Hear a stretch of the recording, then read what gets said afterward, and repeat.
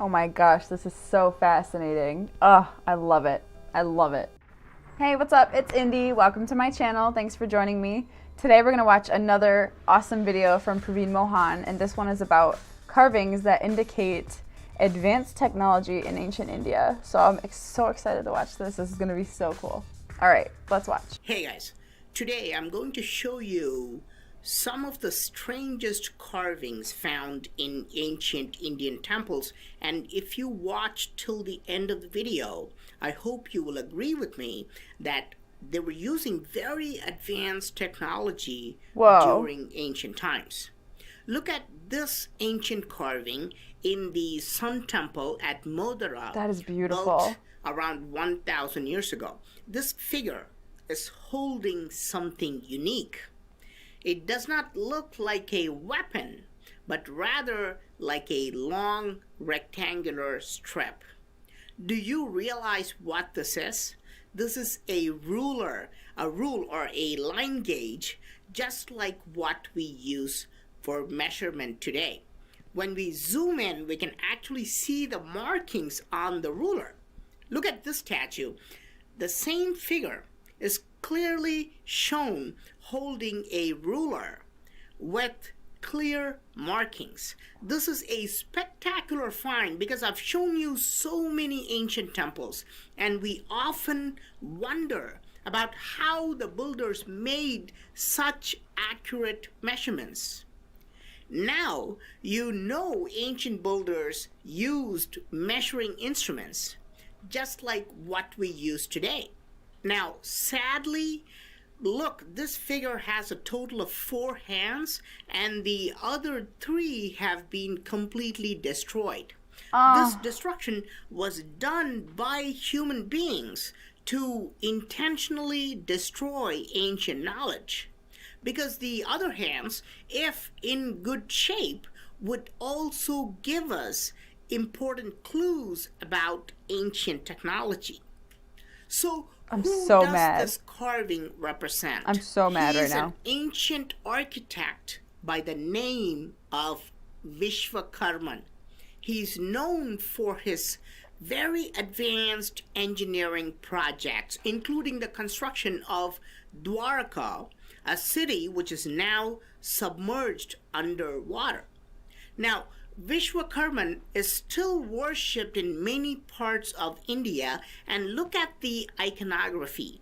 In one hand, he holds a rule, and in the other hand, he holds a measuring tape. Remember, architects need flexible measuring tape because most structures won't be flat or straight. In another hand, he is holding a scroll or a palm leaf. Why? This is where he would not only write down all the information, but he also has to draw the layout and create a perfect blueprint before starting to build anything. What an amazing But painting. in That the is so fourth cool. hand, And he sculpture. holds that bag, that mysterious bag which is carved around the world, being used by various characters. And this bag is never shown touching the ground. What is inside this bag? Is it an energy device? Only gods know the secret. Look behind him and you will see plenty of tools, just like what modern architects use. Angle finders, devices to measure if the surface is perfectly parallel or perpendicular, and many other interesting tools. But look at this carving found in an ancient temple at Shimoga. What is going on here? There's something very, very strange about this carving. This figure is shown wearing a thick outfit, deliberately carved to show it is some kind of a heavy suit. But the real shocker is that weird thing on his head. Like a helmet or something. It does not even look like a mask. It has a strange bell shape worn over the What head. is that? Apparently has openings for eyes and a huge circle near the forehead area. It definitely has antennas attached to the top like astronauts. Now, Is in one that? hand, he's holding this helmet or whatever it is, and in the other hand, he's holding a large circular device. What is this device and what is the purpose of it? But this is nothing when compared to these two carvings found in another ancient temple. This is just mind boggling, and it flies in the face of our understanding of history. The woman on the left is holding a device near her ear and mouth, just like how we use a modern day cell phone. The device is rectangular and very thin, just like today's smartphones. She's holding a large round device in another hand as well. Very similar to what we saw in the previous carving. This is probably a futuristic device which we still haven't invented. Look at the other woman. She is clearly holding a flat, thin, rectangular tablet computer, and she's using an electric stylus to touch the screen, just like how we use our iPads or Android tablets today. Carvings in Hindu temples very often show things from the distant past and the future. If cell phones were invented only in the last 50 years, how was it carved many centuries ago? One caveat here. Someone sent me this picture via social media and I could not find the exact location of this temple, even though it is said to be somewhere in the state of Gujarat. I sincerely hope this is not a hoax or a recent carving or a Photoshop or something. And if you know the location of it, please tell me in the comment section. Look at this sculpture. It is from a temple called Those Rani sculptures Ki are Vav, beautiful. built around 1000 AD. So this carving is about 1000 years old. She's clearly putting on lipstick. Look at how her lips are shown and look at what she's doing.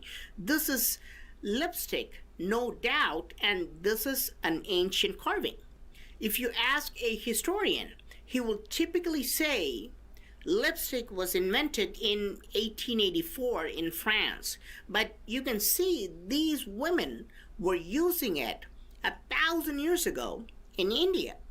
Here is an 800-year-old carving found in a Hindu temple known as Chennakesava Temple. You can see these two figures mounted on an elephant, but the real eye-catcher is this device he's holding. There is a rod-like structure in the middle, but on either end there are pointed rectangles or rhombus-like structures. What is this device called? This weapon is called Vajra and is clearly mentioned in ancient texts, and it is described as capable of creating a thunderbolt. This weapon could create as much energy as a lightning strike. This is about 1 billion, yes, a billion joules of energy. It is definitely similar to a type of advanced Tesla coil with primary and secondary coils with a transformer and a capacitor in between. Or this could be using maser technology, using diamonds or other crystals. We can definitely see some advanced technology used in ancient times because the sculptor could not have randomly imagined such a high-tech device. Now, let's look at this carving, which definitely raises some questions. Found in an ancient Shiva temple at Shimoga, it shows a woman in standing position, wrapping a man tightly with some type of a fabric or sheet. This man is in a sitting position, and even though there may be other explanations for this, we cannot help but think of mummification. is this woman mummifying this man to preserve his body. We have all heard of Egyptian mummies, but why do we see such a carving in India? Believe it or not, ancient Indians also mummified and preserved bodies, especially of saints. For example, in Sri Rangam Temple, Saint Ramanuja's body is mummified and is held in an underground tomb. But if we go to the state of Himachal Pradesh, we can see a strange mummy called the mummy of Sangha Tenzin. Wow. This mummy is kept inside a temple, and you can see how it is still in remarkable shape and in the same sitting posture, just like what we see in the carving. Why did ancient people mummify and preserve bodies? There should have been religious reasons? A scientific reason behind this. And here is another intriguing carving found in the water. There's a lingam placed in the water, but it is the pattern carved on the riverbed which baffles us. What does this mean? It clearly looks like a complicated maze where something could get lost. Why is it carved underwater? Imagine pouring mercury on top of this lingam and how it would flow through the pattern. Is it related to some type of advanced technology? Or is it some kind of spiritual science which is being lost due to time? Whatever it may be, this is one strange carving That's for underwater. Sure. Most of these pictures were sent to me by viewers like you through social media, and I really appreciate all these pictures you guys are sending me. But this means there could also be some errors about locations and other information, but I've tried to provide the best information possible, and I've given credits for the contributors as well. I hope you guys like this video. I am Praveen Mohan. Thanks a lot for watching. Don't forget to subscribe and also click on the bell button to get all the updates. Please give this video a thumbs up and do share it with your friends. I will talk to you soon. Bye. Oh my gosh. Okay, so he did say that he has not himself taken all those photos, and it's possible that some of them may have been photoshopped or edited in some way. In the tablet, I'm not so sure about that one, but all the other ones looked pretty legit, right? And, you know, we already have seen tons of different unexplainable carvings in different temples. Like the one we just looked at the other day with the carving of the extinct animal, the boar-like thing. I don't know how they found that. I mean, how the carvers originally found that animal for them to reference in their carvings. But yeah, obviously there are a lot of things about ancient history that we don't understand. And I almost feel like, you know how everything is a cycle? I almost feel like when these temples were carved, they were at the height of their technological civilization and development. And it probably looked somewhat like we are now. You know, we are still developing better technology, but we are kind of starting to level off, I think. Like we've done a lot, really changed what it means to live these days. We can talk to each other on opposite ends of the world, and it's really changed life as we know it. So what if they went through a cycle like that, and then something happened where all their knowledge was destroyed, and eventually in the near or far future, we will go through a similar occurrence where all of our knowledge will be destroyed and we'll have to start all over again, relearning things. Who knows? Who knows? Because honestly, the path that we've gone on in terms of what we've been able to build over the years hasn't been linear. It's been very right? Up and down, up and down, up and down, like a cycle. They were building these massive, immaculate, really beautiful, intricately carved temples 1,000 years ago, but during the Dark Ages in Europe, they were living in, you know, mud huts and stuff, castles that weren't even that technologically advanced. So, I don't know, that's kind of what I was thinking of in the middle of this video. I certainly am open to anything. I don't try to close myself off and believe that what I think is the way it is. You know, some people are staunchly against the idea that aliens ever assisted humans with the development of our culture.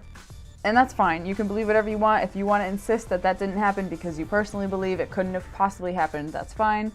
But I am open to all ideas. So that's just me. I don't know about you.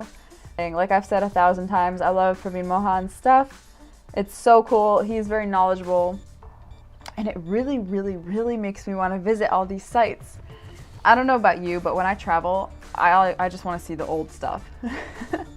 I want to see the old stuff. I don't care about the new buildings and whatever. I want to see the temples and stand where people stood thousands of years ago and, you know, do that kind of stuff. That's my idea of a really cool vacation. Anyway, thanks a lot for watching. I really appreciate it. If you're a subscriber, thanks for your support. You're the best. And if you're not a subscriber, maybe click that subscribe button if you want to join our little family here. Thank you for your time. I'll see you later.